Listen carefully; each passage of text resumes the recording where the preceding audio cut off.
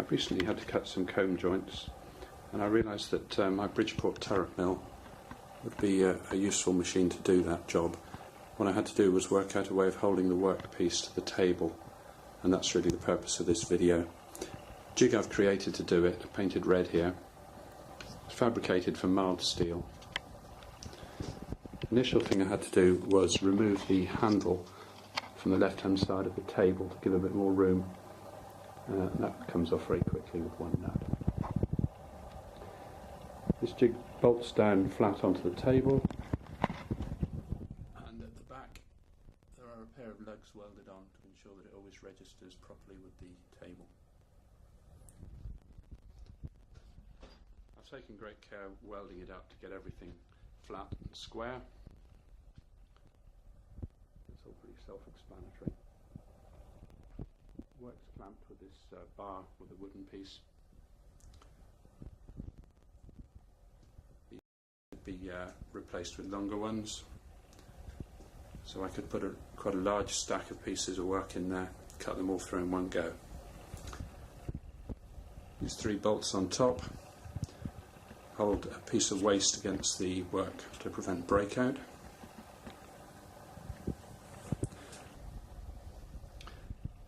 Right at the end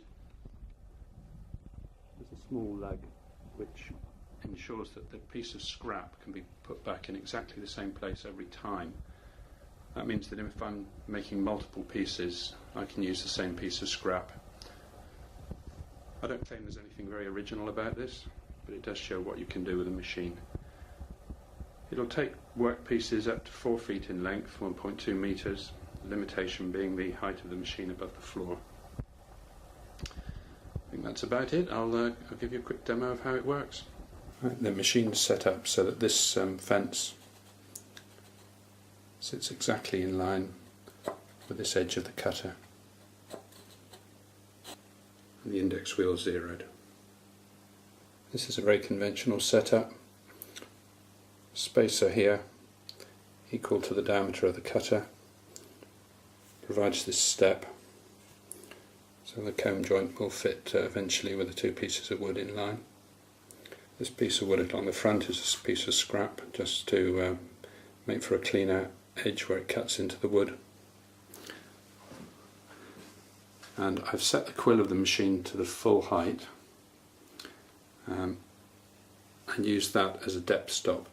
So the wood is initially mounted right up tight to the cutter, and I can accurately set the depth here.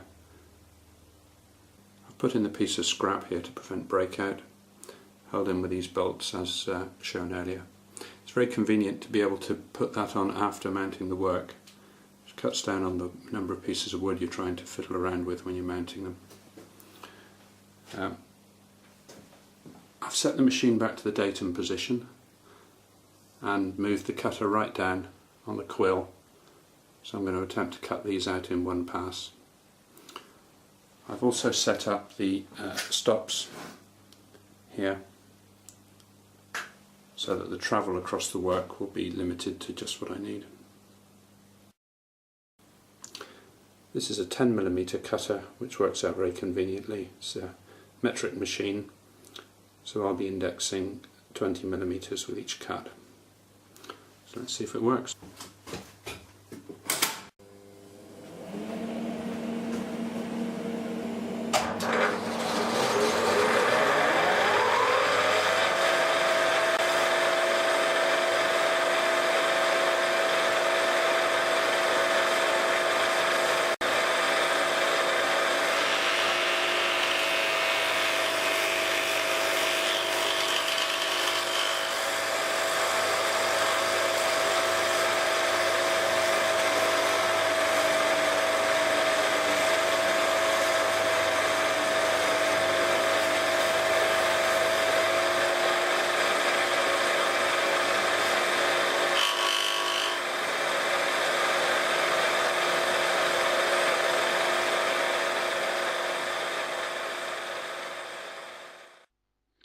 If I had the room for a table saw, I'd almost certainly be using that to cut my comb joints, but as it is I don't, so I believe in making the best use of the machinery I've already got.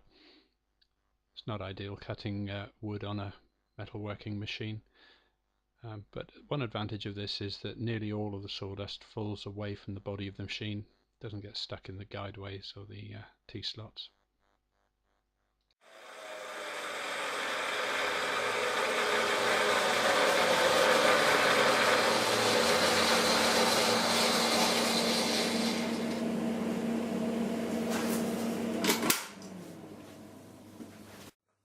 Well, there were a few things obviously didn't go quite right there.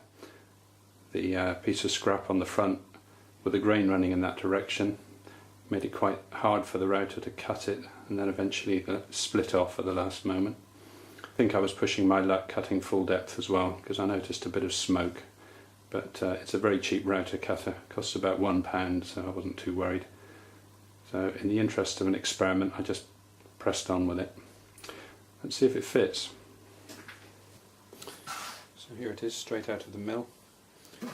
Interestingly, it's actually locked together with this sawdust, acting like a kind of glue. Really is quite well stuck.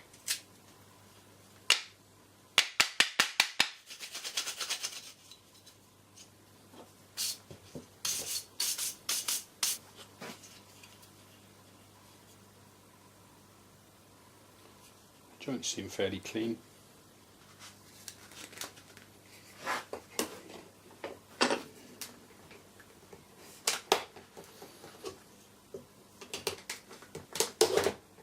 Certainly tight enough. I'd call that a pretty good fit. I can use cutters of any diameter, but multiples of 5mm make things very easy.